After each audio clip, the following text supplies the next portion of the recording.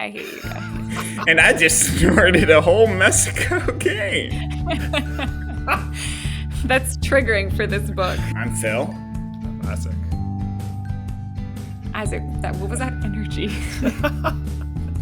I thought Phil was gonna forget to say his name again. And this is Club Meeting 41, Geek Love. It is by, of course, I have forgotten who it is by. Katherine Dunn. No. Let's go beyond the first page. Let's go beyond the first page.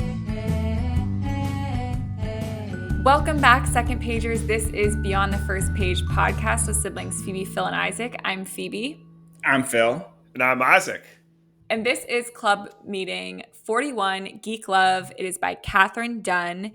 And as a reminder, this is a book club style podcast. So if you do not want Geek Love to be ruined for you, really recommend that you read the book and then come on and listen to the podcast.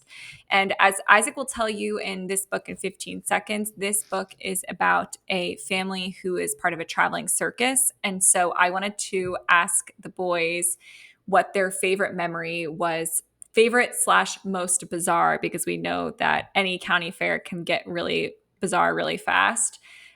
Their favorite/most bizarre memory from our county fair growing up. And for a little background for our listeners, we were in 4-H, which is a community club that teaches you about home ec and raising animals and farming. It's kind of like FFA if you're familiar with it. So we were a part of 4-H, and because of that, we went to the county fair every year. And I will start by stealing both Isaac and I's most favorite memory. So Isaac will have to come up with something else. The most bizarre/favorite memory I had at the county fair was watching Phil showing a hog. But he was probably about, I don't know, like 8 or 9 years old. He was tiny. And how old was he? 8. I think Yeah. So tiny, and he's showing this huge market animal, and in order to show a pig, you have a little cane that you tap them with to get them to move, but this is like the youngest class of kids, so it's all just like chaos. The pigs are running everywhere, and Phil at one point ends up riding his pig backwards, getting like bumped up into the fence. He's having a full mental breakdown, of course, and as he said before we were talking, we were laughing at this, and it was dangerous, but we were all just in the stands watching him dying laughing. Like even our parents. The pig carried him the whole way across the ring. It wasn't just like a little bit. Like it was. Okay, and the funny part yards. of that is, like the funny part. Well, there's a ton of funny parts, but one of the other funny parts of that is that it was 8 of us, or 8 or 9. So it was 8 or 9 8-year-olds and 8 or 9 270-pound animals. And if you think I did poorly because I was riding the hog backwards, I got 4th in that class. There were 5 people that were not as effective at constraining their hogs than me.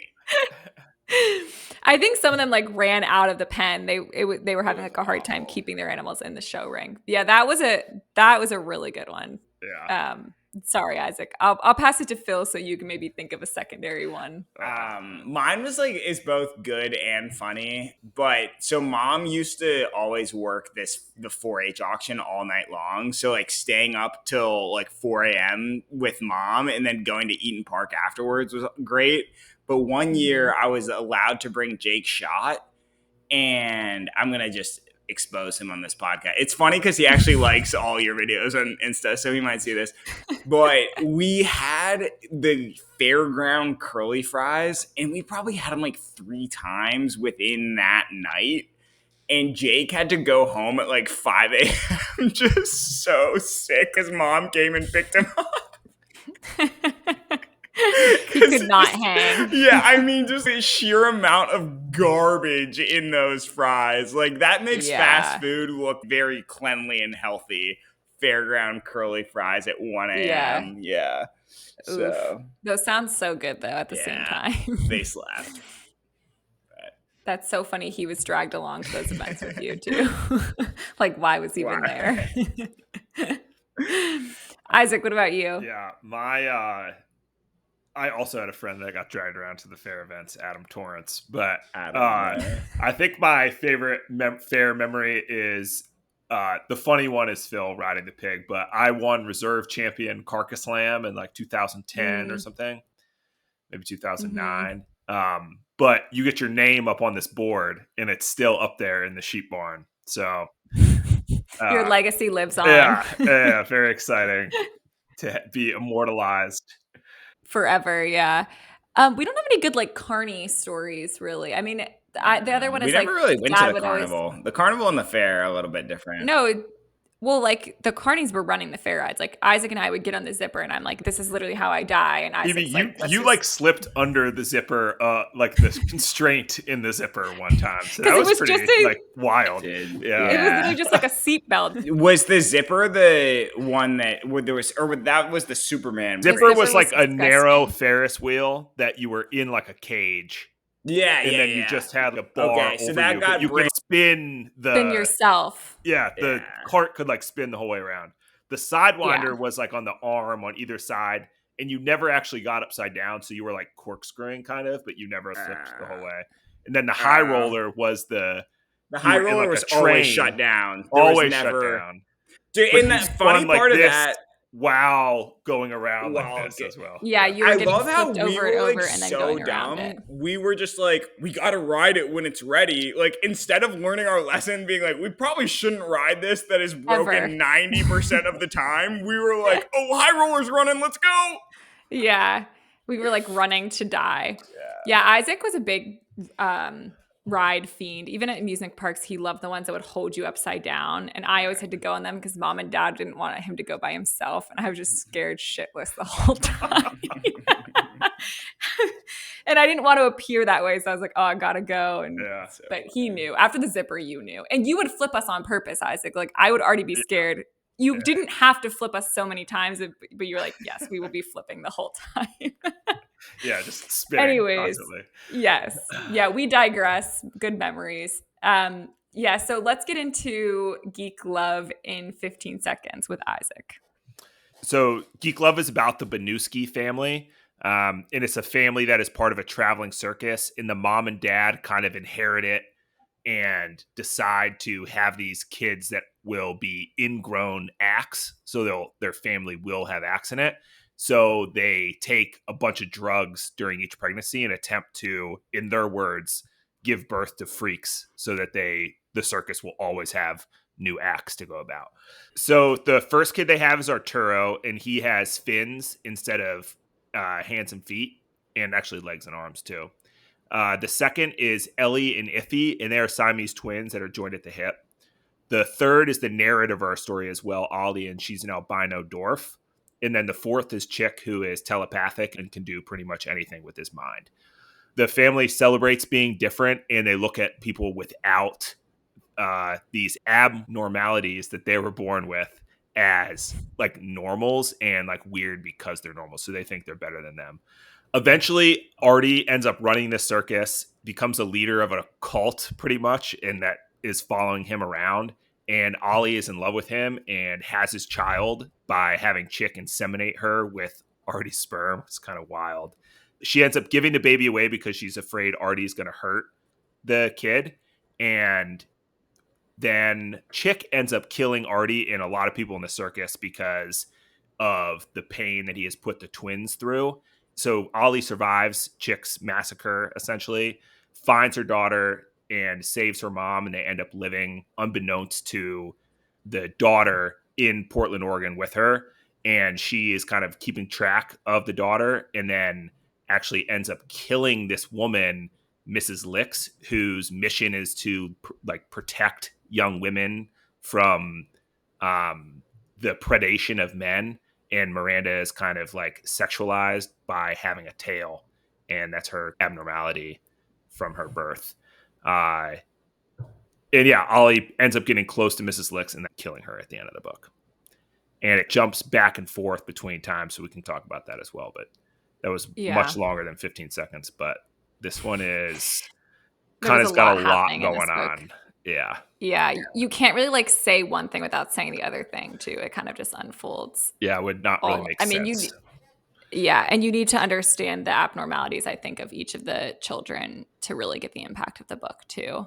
I think I'd like to hear, Phil, your thoughts on the book overall. You're the one who recommended it to the podcast. And this book was challenging for me to get through, not because it wasn't interesting. As you can hear, the summary was definitely unlike any other book I think any of us have read, and does sound intriguing, but it was pretty disturbing. Yeah, So let's maybe yeah. start with your thoughts, Phil. I mean, I think that that's why I recommended it to the podcast, because it was just so different than anything that we have read. We haven't really read any gothic too much, but also I have never read a book that was so successfully grotesque. Mm-hmm. It's I think being successfully grotesque is so difficult, because it's like horror films where like you make something too scary and then it becomes stupid. Then people just laugh at it. This is not actually scary. This is just like Right. laughing. And same thing with grotesque. You can say a bunch of gross words, but that doesn't make something inherently creepy. I do think there's such a skill to that. Right at the beginning, there's a point that when I was reading it, I was like, can I get past this point? And that's when she's on the stage at the strip club, just getting absolutely. And I actually could stop Oh, reading the book right now. when Ollie was And getting when all in present abused, time, yeah. basically. So Yeah. she was Not basically abused, but trying. She was trying embarrassed. to Humiliated. save her daughter Yeah. from being humiliated as a stripper, and that was like just so much about that was wrong. Physically, emotionally, you heard it from her side. Capitalism just into like everything was wrong. And I think that that was just something I've never really, it was very gripping, but I was like, Mhm. wow, this is really hard. Because I think, like you were saying, the success of that was that then you keep reading and you realize that she really wanted to be different. I mean, I think that was regardless of how, like, obviously the conditioning from her birth was causing her to feel that way. Yeah. But in her mind, I think she truly was okay with, I mean, not the stripping, obviously, and the being humiliated publicly, but in general, being different and something that people looked at. Then you hear the whole backstory of how her parents wanted the difference. And that was where they found value with their kids. So I think that's kind of how you get through it. But you obviously don't know that at that point. So it is Yeah. hard to keep reading. I Yeah. think you're right. Like, I don't think the grotesquerie goes, but there becomes a reason for it. And I think that that was very interesting. I also love magical realism. Like, this level of fantasy is so cool to me, where it's just like, this is not true. Like, I mean, he controls things with his mind, but like, it's also every other element is true. I love the genre of magical realism. And I'm not sure if this is specifically that, but I think it's pretty close. I think so. I mean, Yeah. that really Um. surprised me, him being able to. Yeah, that was like, All the whoa. other Right. things Okay. are so believable. I Yeah. thought he was Yeah. super, super strong. That's what So when did he like I. lifted up the Yeah. mom. But Yeah. that was weird. I think I did by the end appreciate it, Phil, because it was just the whole thing was so crazy. But it did take me a while, especially like you were mentioning, I was like the artificial insemination with his mind power. Because I thought I was waiting for that scene and I was like, this is going to be so Yeah. disgusting, like Yeah. the incest and everything. And then that wasn't the case. So I was almost like happy at that point that then he could control things with his mind. Yeah. Yeah. I think also the language, Phil, to your point of the grotesqueness, played a huge factor. It was very vulgar, Yeah. all of her language, like Artie specifically, but even Ollie was very vulgar. Yeah. And I think that definitely contributed. I think the execution, like you said, of the writing, along with the subject matter, was done very well. I'm going to say something very controversial, but I don't know if you Fair. guys have read A Little Life. A Little Life. Have I've you read heard of it? it now. I It's haven't a read it. pretty popular book that I think by the end of it, you're just kind of like, there's no way this many bad things could happen to this person. Like, it is very moving and touching, but even though this was more unrealistic because literally there was mind control, I was kind of very believing the whole story, even with him having the mind control. Like, you were like, this is something that would happen to these people. And this is a very believable story. So it was just like all very well executed, I think. Until you guys were like, oh yeah, and it's magical because there's mind control, I didn't even think about the fact that that's like that it wasn't real. obviously not true. Like, Kind Well, of. that's- I kind yeah, of agree, I mean- Isaac. I was kind of the same way. I was never just like, said oh that. yeah, and then the last one, like, wow, and he's telepathic. So I never weird. was thinking, was never thinking, you know what, this just got This too couldn't unbelievable happen. for me. Yeah, Right. Yeah, right. I think the other part of the writing, which is a huge, has to be the reason this was written in 1983, which I was surprised Whoa. by. I But did not know then that. It also shouldn't have surprised me that much, because I would love to hear, like, question and point. Do we think that a book like this would be allowed to be published today? And I personally do not think so. But this was a National Book Award finalist in 1983. But I think this was a National Book Award finalist because you, as the reader, completely forget that these characters are like self-proclaimed freaks and are part of a circus and ogled at as animals at a show because of how bizarre they are. Right. Arturo does not have arms and feet and legs. He just has fins and swims around in a tank. That's like crazy. But yeah, you're reading it from the point of Ollie telling this story, and it's just like, oh yeah, normal day at the circus. To her, this is like completely normal. Her life. And you as Right. the reader become so quickly part of just this normality in this freak show world. Which is very, very impressive, in my opinion. I think it would have to be done differently, Isaac. I do think you could write a book like this. In what way, Phil? I just think today the conversation around acceptance and just appropriateness is just much different. It's this idea of radical acceptance is very popular in the modern left, and then on the modern right is like, honestly, like almost because they want to be opposite, is like, let's have very strict definitions of everything. And I think that it would be hard to play into either one of those categories with this book. But I mean, I think that is sort of what defines a great author or a great artist, is someone that just breaks the rules, and it's so good that people just have to deal. And you're saying something interesting. I didn't find this book to be in any way political, because like Isaac was saying, this was just her reality, and it was so contained. I mean, it was so this was such a norm to her. I didn't find this in any way politically driven. I don't think so either. I just think if you wrote this exact same book right now and brought it to somebody, they'd be like, it would. You're taking on too much. Like you are I don't opening think yourself. political. It's not political. It's more like social. Yeah. or Right. something. Yeah. But I Like you're didn't just see like, any of you're that opening either. yourself to too much criticism that this book will Mm-hmm. never be. It will See the either light be of popular day. for like the wrong reason. Like we are not going to be able to sell this book because of how controversial it is. It would either be that or like so high fringe and never hit the mainstream audience. I agree, Isaac. I think that this book for me, what really made it exceptional is how you get lost in it. And then looking back, it's trying to define what is obsession versus love versus appreciation versus being ogled at.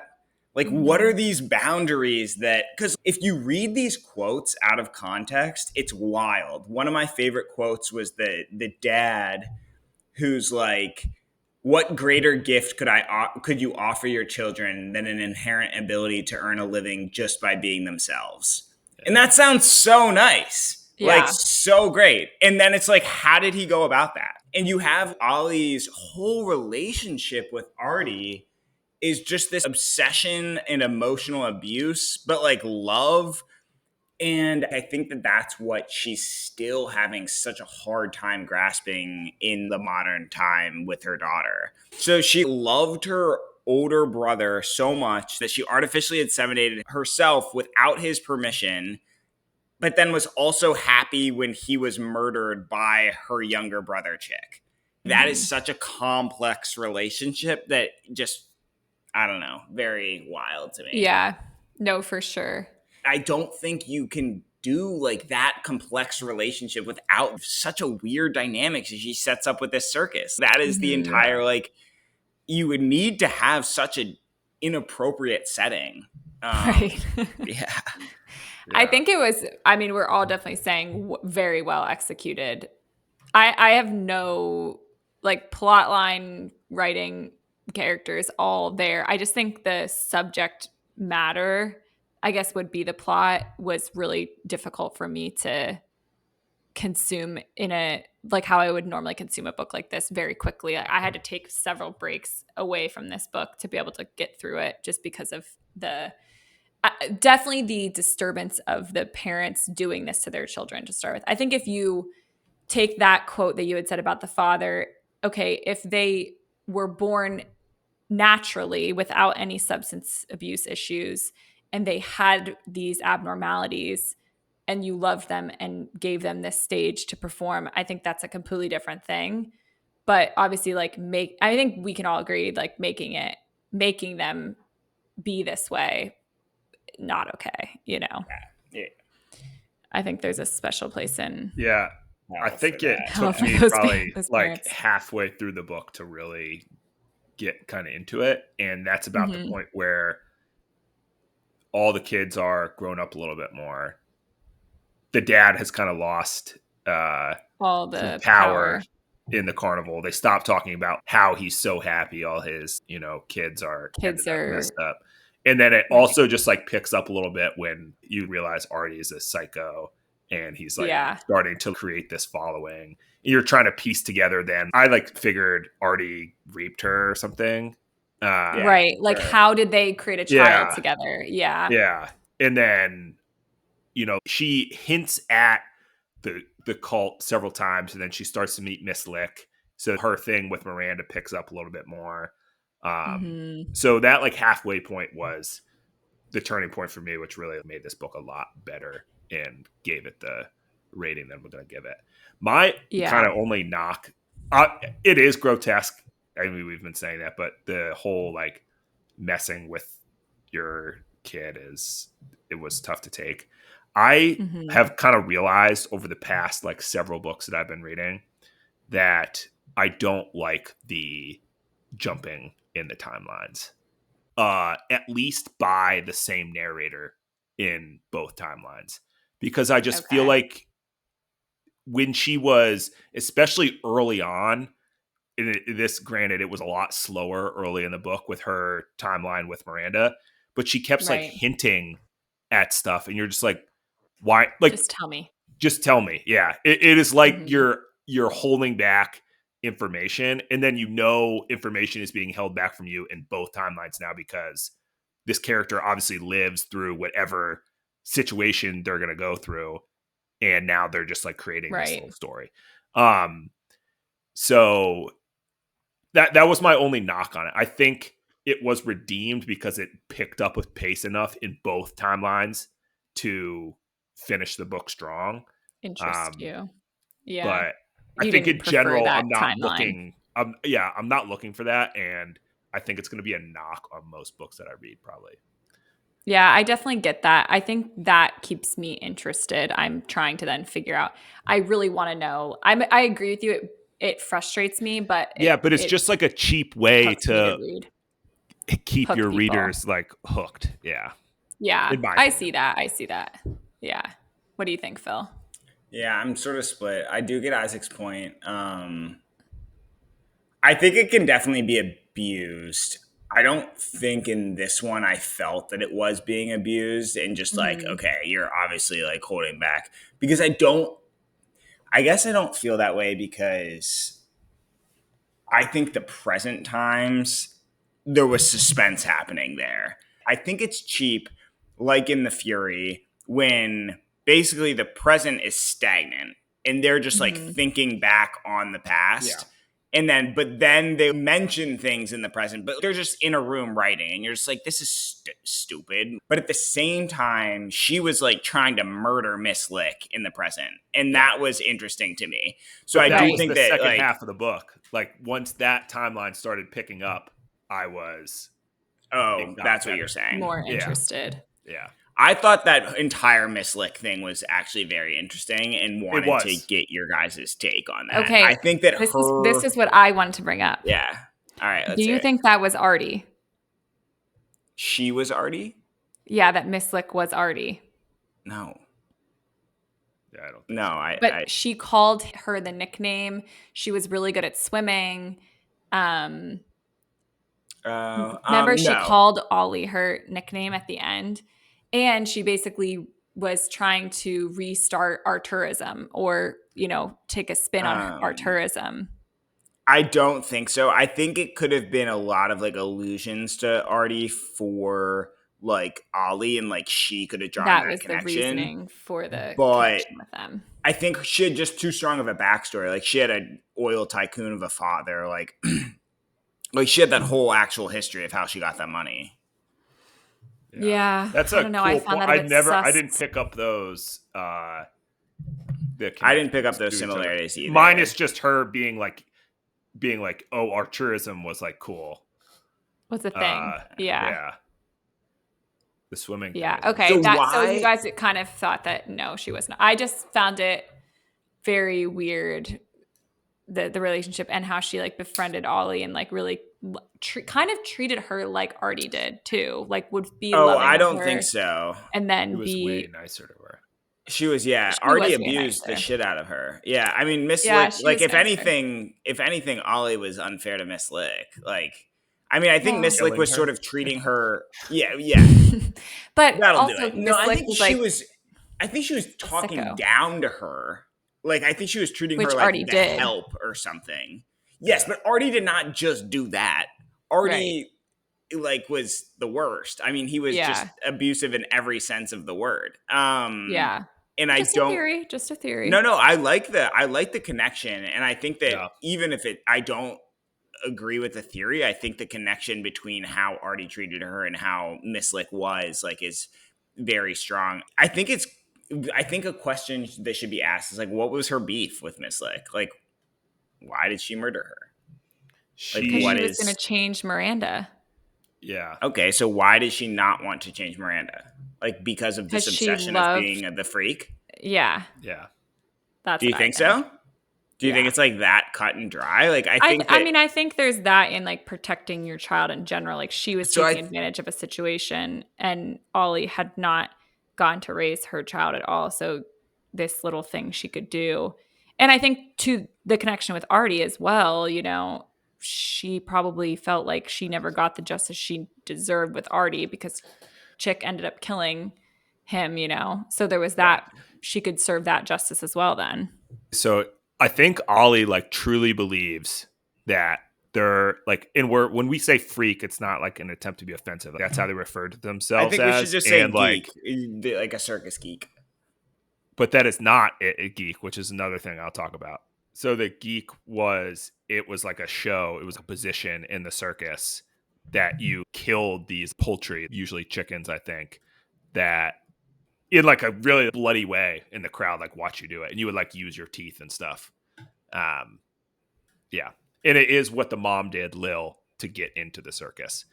Right. God, we could actually talk a ton about this book because part of it is like she was this, woman from a great like Aristocrat. aristocratic family in Boston. They talked about so many of these workers who were either on summer break from Ivy League schools or like had come for the break and then just didn't want to go back to college. Like, what was the draw to work To for this. this circus Yeah. at all? The redheads.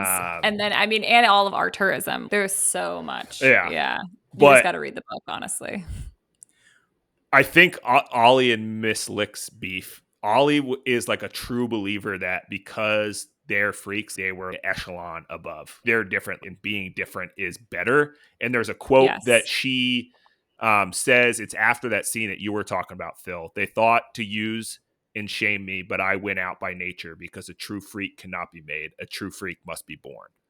So Yeah. all after that whole scene at the strip club from that shame, she's still like, at the end of the day, I'm still Jokes on winning them. because Yeah. Right. and so I think her problem with Miss Lick was that she was taking either normal people and turning them into quote unquote freaks by disfiguring them. Ollie's like, That's not a real That's thing. not real. Right. Or she was taking freaks in an attempt to make them normal. And she's like, why would you ever do that? And then it Right. just the cherry on top of the cake was that she was trying to do that to her own daughter. Right. Yeah, I think so. Yeah. Isaac, you bring up such good points. And I think it's honestly without the modern story of her literally killing somebody for doing this, that point is actually so hard for us to grasp. Yeah. Another quote is, being a freak is the only thing I ever wanted to be. Like, normal is not something to aspire to, it's something to get away from. The ugly and the stupid have the best of it in this world. They can sit at ease and gape at the show. And it's just like, why? Like, she's calling those, like, the ugly and the stupid, the normal people. Yeah. And we still, reading in these modern times, after all this crap happened, we, at least I did, wanted to keep thinking that Ollie has, like, learned that this is not okay. And no, that is not how she feels about the world at all. It was interesting to me to see, like you said, Phil, after all that, you do think that she's going to have a turning moment at the end of the book. But no, her belief system stays, throughout. Do you think that there is a message for this book? Were we supposed to learn something or take something away from it? I liked where Phil's head was at, was with the like obsession versus love versus admiration. It's an interesting thought experiment. I don't necessarily know that there's a message in that, but thinking about all those different concepts and like the relationships between all the characters in the book was very interesting. That's not a theme, or that's not a message, but No, I think you're right though, Phoebe. I think it's like, yeah, I'm not sure what the message for me would be, but I think effectively delineating all these feelings of adoration between, like what Phoebe said, obsession, love, adoring, like, they're different things and they're not all good things. And like, there's aspects to them that are good and bad. And I think that this book really does help illuminate what the good and bad aspects are. I don't know. I guess I didn't really get, I'm not great at taking messages from books, but I think that that's the most that I like really learned from it. What about you, Isaac? Yeah, I don't know if I did either. I was just wondering if you guys thought there was supposed to be, if you did. And I personally am kind of glad it didn't. I think it would have taken away from it if it all got wrapped up at the end and you're like, yeah, and then you got to love who you are or something, like whatever it is. It wasn't really that. Yeah. Well, and that's why I really like finalized the recommendation, because I was just like, I have no idea what this is crazy. I just walked away with it. It was just like the end, just story. A mind fuck at the end of that. Yeah, like just every aspect was so different and unexpected to like most things that I've ever read. Yeah. I was gonna ask you guys if you liked Geek Love, or if you were looking for something else like it. What would you recommend? Mine was Educated. It's by Tara Westover, and it is actually a real story, a true story completely, about a woman who was raised in Idaho, whose parents did not believe in sending them to school and a lot of other modern day things. And it's so unbelievable that it kind of reminded me of this story. Abusive parents, a lot of complicated relationships with siblings. So yeah, very good, true story. Really recommend it if you haven't read it. Phil, what about you? Yeah, mine is Prince of Thorns by Mark Lawrence. Mark Lawrence is a really, really popular fantasy author that writes usually in like trilogies, but all of his trilogies are just so different from each other that what really brings Prince of Thorns and makes it different is that main character takes anti-hero to the max of just like, he is an absolutely horrible person. And I think that I felt sometimes similarly, not to Ollie, but to just like the people that she cared about. I was like, you guys gotta stop this. So that would be my rec. Isaac, what about you?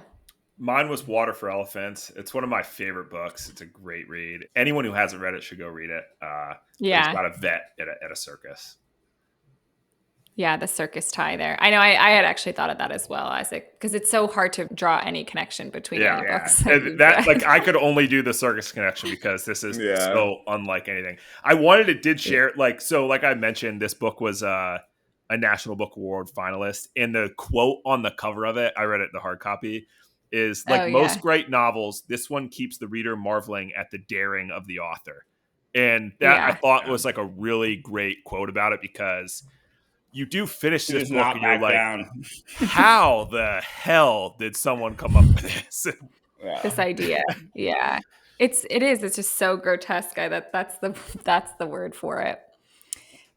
Okay, so talking about the execution of the book, I did on Goodreads give this book a 3, but I think talking with you guys and having been removed a little bit from the difficulty of reading it, I would say 4. I think this was, and honestly, the subject matter just being so difficult is the only reason I'm not going 5. Very well executed, well written, interesting plot line. Yeah, so 4 for me. What about you guys? Yeah, I actually am gonna break my rule that I always tease Phoebe about. I think I will give this book 5 stars. Actually, yeah, I You're think it going up as was. well. I Our am. discussion is boosting us. This It is really good. has. I mean, to be fair, I think when I first read it, I gave it 5 stars on Goodreads, and then I bumped it down back to 4 just because I think we've read so many bangers. But I do think You're like back up to talking about 5. this book again, yeah, it is a 5. Yeah, for sure. Isaac, what about you? I'm a 4. And like I said, my only knock is the jumping of the timelines Jumping. with the narrator, sort of feeling like Yeah, they're that's holding fair. something back. Yeah, that's fair. Cool. Well, this was a great discussion. Really quickly before we go, as always, let's talk about what we are reading next time on the podcast. Isaac, would you tell us a little about A History of Burning? Yeah, and I will just give this a personal plug. I'm rereading this one now again. I've already read it this year. We'll see. This might be my favorite book of the year. So very excited for next week. Yeah, it's I'm reading it also right now. Very much enjoying it. So yeah, that's a big plug for this So book. A History of Burning is a multi-generational saga that follows an Indian family from 1898 to 1990s, exploring themes of displacement, migration, and colonialism. Story begins with the patriarch of the family, who is tricked into working for the British in East Africa, and spans 4 generations, touching on histories of India, East Africa, and Canada. The narrative highlights how a single act of rebellion can ripple through a family's history, impacting their choices and relationships across continents. Yeah, definitely very excited to keep reading this and hope everyone will read along with us. And as always, this is your bi-weekly reminder to call someone that you love, tell them that you love them, tell them about a good book that you have recently read. Hopefully that's Geek Love. And until we talk again, stay classy, second pagers. We'll see you later. Bye, guys. See you guys.